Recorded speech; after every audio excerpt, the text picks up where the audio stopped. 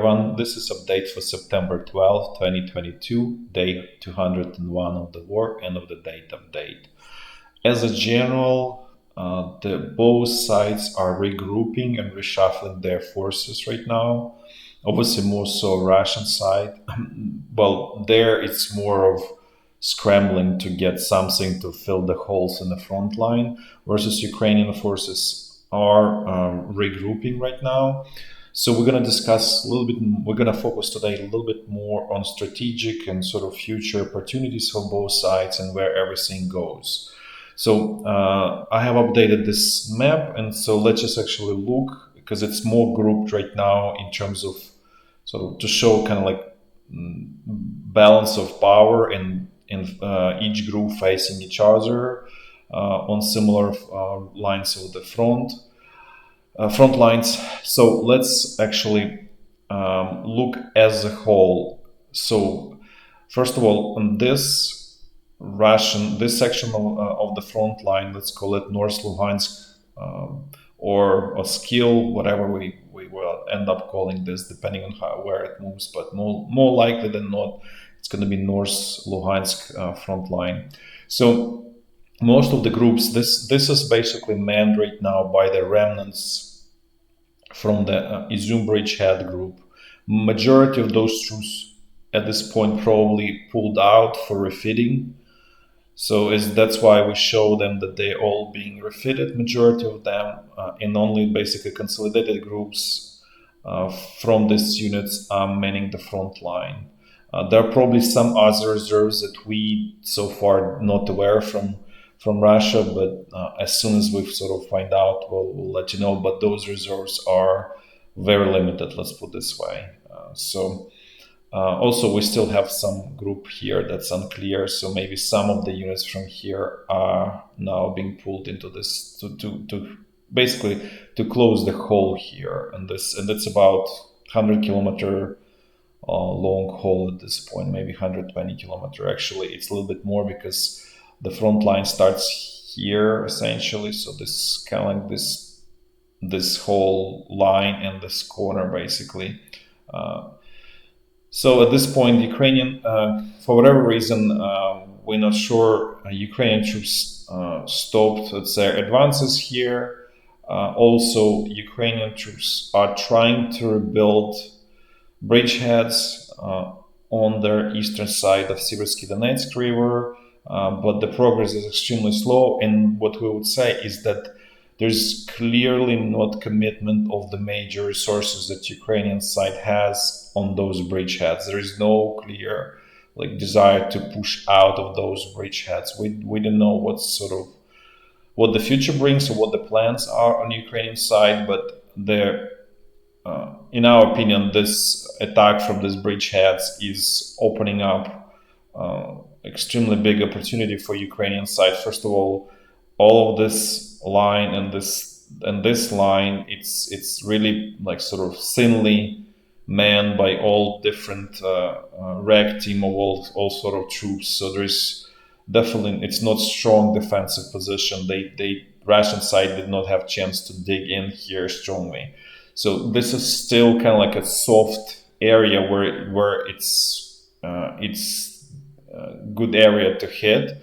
So we really don't understand that Ukrainian command does not continue this sort of operation, because the opportunity is still here, but probably within a week or so, this will be more like a concrete here in terms of defensive position on the Russian side. So that will be extremely difficult to breach, given they are protected also by the rivers. Even though this Oskil river is a small river, it's still kind of obstacle that needs to be overcome. But the point of this whole, where the opportunity here is to attack and sort of move towards almost essentially Luhansk. This essentially cuts off all of Russian troops. This group, which is by itself is very small, will be cut off from the main Russian forces here, and essentially this force another withdrawal of these troops here, or some of them could be captured and so on. But the point is, this is low-hanging fruit that could be easily liberated by Ukrainian troops here. And then basically, if the next step, this would open up next opportunity. If Ukrainian side liberate this, then all of this, the whole flank here is exposed, and essentially the whole section of this front line could easily collapse, and so Ukrainian troops can sort of attack sort of from behind and encircle Russian troops in the Donetsk area and kind of like come to Mariupol, essentially kind of like long road to the sea.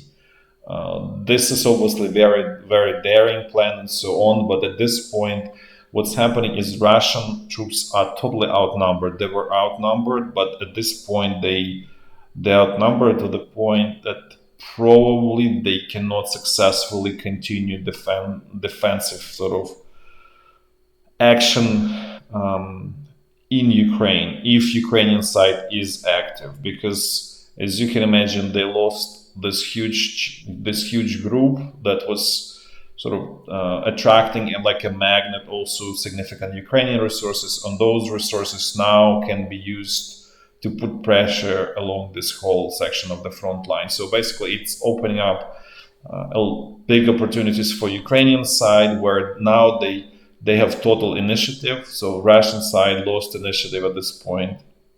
Ukrainian side has initiative, and Ukrainian command can pick and choose where they want to attack. So that's why Russian command is afraid that actually next attack is going to be here from this Vuhledar area, and it's going to be sort of also jump to the sea, to Mariupol. So again, the same idea, split Russian defensive forces at this, probably not right use, sort of the Russian forces that are on defensive at this point here into sort of smaller pieces, so then you can destroy easier smaller pieces. So this is also sort of possible.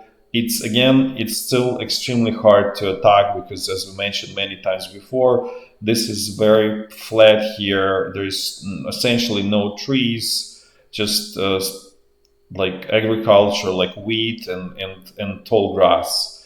And so you're going to be extremely exposed to even to all attacks, including artillery and airstrikes, even though airstrikes right now are minimal, because Russian Air Force basically is, call it, afraid of the threats from Ukrainian anti-air man-held missiles, also from more like mid-range and long-range. So essentially, they are not effective. They could be, to the great extent, written off, but still, it's easier to attack in this open field where its terrain is pretty flat and you don't have much cover. Because that's part of the reason why it's so hard so far in Kherson bridgehead, because it's essentially the same terrain, so it's hard to advance in this area. Nevertheless, Russian sources continue reporting that Ukrainian command is accumulating forces in this corner for potential attack. We don't know if this is true. As I said, this area still presents more significant opportunities and sort of low-hanging fruit relative to risky attack here, because Russian troops still can hit the flanks and even create encirclement here. Another area where it's still low-hanging fruit and it will create even a more sort of avalanche of consequences for the Russian side is Kherson bridgehead, where Russian troops essentially encircled at this point on Kherson bridgehead, because Ukrainian forces continue attacking using HIMARS rocket systems. So the supply here is extremely difficult, limited, and so on. So also you can kind of say partially Russian artillery is not there as well. So you remove Russian air support to great extent. We're not saying completely, but just significant to, let's say, 70 or 60% of it gone. Russian artillery, let's say 50% or 40% of it gone. It and then these troops are significantly outnumbered. So this is recipe again for disaster for the Russian troops. And as we said, this is going to be death by 1,000 cuts, even though this could be more like a decisive move here. But it doesn't look that either Ukrainian command has capable sort of commanders in this area. And obviously troops are still, the skills of the troops is still largely not there. To be fair, Ukrainian troops, even this was very successful offensive here in Kupiansk and Balaklia, Izum. That was more of a success because of the how attack was planned, where it was done. Even the skill level of the troops wasn't quite there. The tremendous Russian weakness there and the right selection of the choice of attack, what made it successful in overcome a lot of weaknesses in Ukrainian troops, because they still don't really know how to attack well. Let's put this way, in very mild terms. So again, going back to this Kherson bridgehead, if Ukrainian forces manage to knock out this group here, which is pretty strong, because as we mentioned before, the backbone of Russian defenses and in general the attacking force are airborne divisions. So you have here 2 airborne divisions essentially. This is, at this point, this is actually majority of Russian airborne divisions, because everything else is here. This 106 is essentially knocked out. And then there is something from 76 operating here in the Bakhmut area in the north, but at the same time there is no such concentration. So if you knock out these 2, essentially knocking out half of the Russian airborne forces.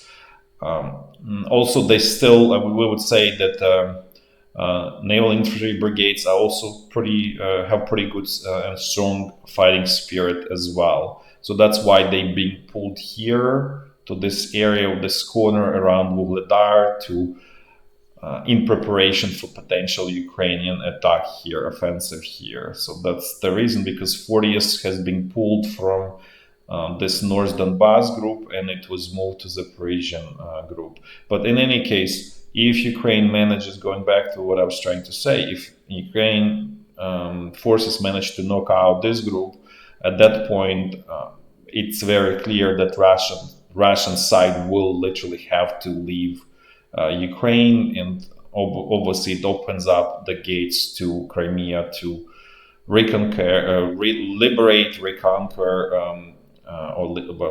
liberate Crimea, basically. So so again, summarizing, there are 2 low-hanging fruits for Ukrainian side. Is one, liberating this North Luhansk area. That's more because there is Russian defenses here are still very extremely soft, extremely thin, and extremely weak. So there is opportunity there. And then the bigger one is Kherson bridgehead, where at this point this will create really avalanche of things even inside of the Russia. Because this loss here in Kharkiv region created a lot of tension inside of Russia, political tension, meaning there are some municipalities in St. Petersburg, they even the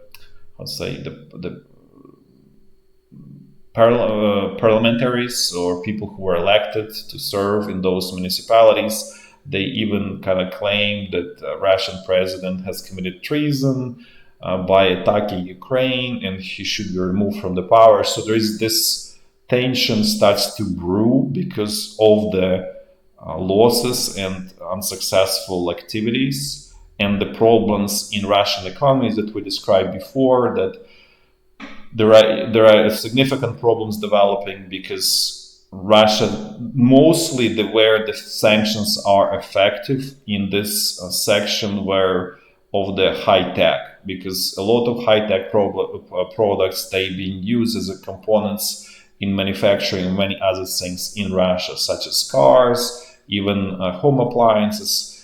the servers, communication equipment, all of that, even aircraft. So Russia has a problem with aircraft, passenger aircraft right now. So all of that is being affected and creates a lot of right now they're starting to get to the point of potentially mass layoffs in the industry, in the Russian economy, which will create another level of tension. So Russia's really, like, Russian leadership really starts to face a lot of problems inside of the country. As we said before, we mentioned that the both countries approaching their 1917 moments, and we saw the Ukraine may approach it sooner than Russia just because it's a smaller country. It looks like Russia may actually get there first before Ukraine, but but it's dangerously close. And if, let's say, Ukrainian command manages to knock out this Kherson bridgehead group, that really probably will ignite sort of domino effect that will start crashing a lot of things inside of Russia in terms of power fight. Let's put this way. At the same time, it's also a very extremely dangerous situation because, as being shown yesterday, Russian leadership will not sort of go down without a fight. So they shown that they ready to attack energy infrastructure. Was mentioned about those blackouts that were sort of resolved by now. The situation more or less in control, but it's only because the power stations that were one power station was destroyed completely in Kharkiv. It's called TETS-5, but that's a relatively small loss in terms of power generation capacity. Also, another one in Kremenchuk was severely affected. We don't know all extent of the damage. So that's also relatively small. If you remember from that map, those are small dots. Russia just showing like, okay, if you continue this path, we're going to attack large ones and potentially even use tactical nuclear weapons to attack those, right? Because it's pretty hard to destroy a power station because they've been specifically engineered to withstand to some extent, not largely, but to some extent, sort of shelling in general, and generally, like, based on what we're seeing so far in battlefield, all of these rockets on both sides, like HIMARS rockets and Russian caliber rockets, there's simply not enough of high explosive load. Like the calibers, they have, like, I think 480 kilograms of high explosive. That's just simply not enough to destroy concrete, basically, because all of the infrastructure is built from concrete, and that's pretty strong material. It's, I would say, especially if it's reinforced with steel, which is they are, and so that really creates huge obstacle to destroy.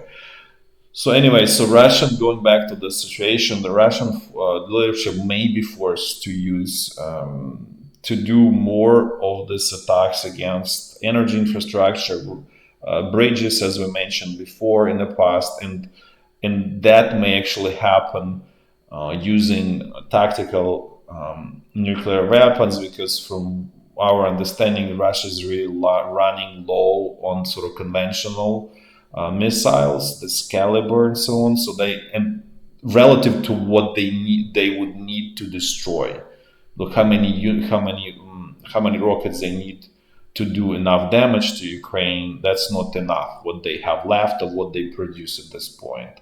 So that really means that they may need to sort of use more drastic things, and this actually will sort of fit in the Russian strategy, where at this point the strategy is probably more like, okay, we don't want, because they view Ukraine as a Western bridgehead and sort of like a threat to Russia, so there is no problem to just create like sort of nuclear wasteland out of Ukraine, and sort of create natural, sort of like a border or no man's land between, let's call it, West and Russia. So essentially it's going to be that area, and sort of everybody, well, Russia is happy because then it's naturally sort of protects Russia.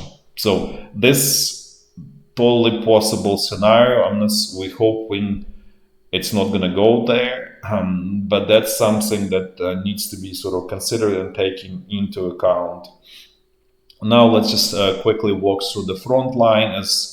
As I mentioned, there is not really much going on at this point. There are next moves are being prepared for sure, because Ukrainian side has a significant advantage at this point, especially in manpower, in a number of soldiers. Ukraine always had that advantage, but now it's becoming critical so that Russian side cannot successfully defend if, let's say, Ukrainian command focuses on certain area, and so it's going to be just kind of like crumbling like one domino after another in terms of Russian defense.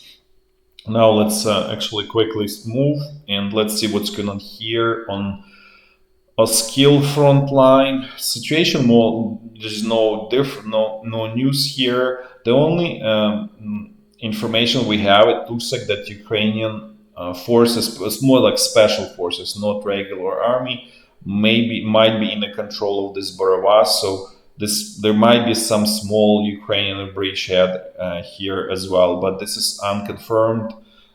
Just very basically, how to say, very uncertain information. Let's put it this way. Now let's move to this area in the corner between Oskil River and Siversky Donets. So Ukrainian troops are trying to create bridgeheads, small bridgeheads on the eastern bank of the Siversky Donetsk River. So this is Siversky Donetsk River and this is Oskil River. So they liberated a town called Svyatogirsk here. Ukrainian forces are not successful in liberating Lyman and Yampil. At the same time, I would want to also mention there were no strong attacks. So that's why we're saying that this is all of this action. There is not doesn't look like there is effort there. Let's put it this way. It's more like, okay, let's just try with whatever forces we have left here. Kind of try to see what we can get. And at the same time, Russian troops here are pretty weak. So as we mentioned, we're not even sure some of there are any strongholds in some of these villages like Studenok here. Here it's totally unclear if there are Russian troops there. What is clear, the same happened here in Svyatogirsk. There were a very limited number of Russian troops that simply just decided to withdraw and not even put up the fight there. But overall, where the Russian command is still determined to stay is Lyman, because Lyman opens up kind of opportunity to move in many directions. It's kind of like local road hub. As you can see, you can move here towards Kreminna, which then goes to Severodonetsk, Rubizhny, and so on. So this creates a lot of opportunities. You can move here towards Svatove and so on. So for this reason, they're still holding on to it. And here, Ukrainian basically troops are still kind of bogged down in this foresty area where the fighting can kind of continue for a long time without much advances. So they kind of bogged down there in a way. Now let's, this is kind of big picture. So this is this potential attack at Lyman that's apparently has been, put off on the back burner by Ukrainian command, but that's just where the opportunities are, as we discussed. The roads go here to Kreminna, Svatove, Starobitsk, and then, Ukrainian troops can move basically in the southeastern direction and just start moving south. That would create really a problem for the Russian side. Now let's move to North Donbas section of the front line. Things here are in a way kind of mirror situation. So Russian troops kind of continue attacking here in the southern section, while Ukrainian troops are attacking in the northern section. There are rumors that Ukrainian troops managed to liberate this village Svyatogirsk and establish the bridgehead here, we don't have confirmation, so we're not putting anything on the map here. But there's definitely Ukrainian attacks here. Also, Ukrainian forces are continuing their attacks towards this Lysychansk refinery. Uh, there are some reports, unconfirmed reports of limited success here, but again, it's all unconfirmed, so we're not putting anything. There's not much more to add here.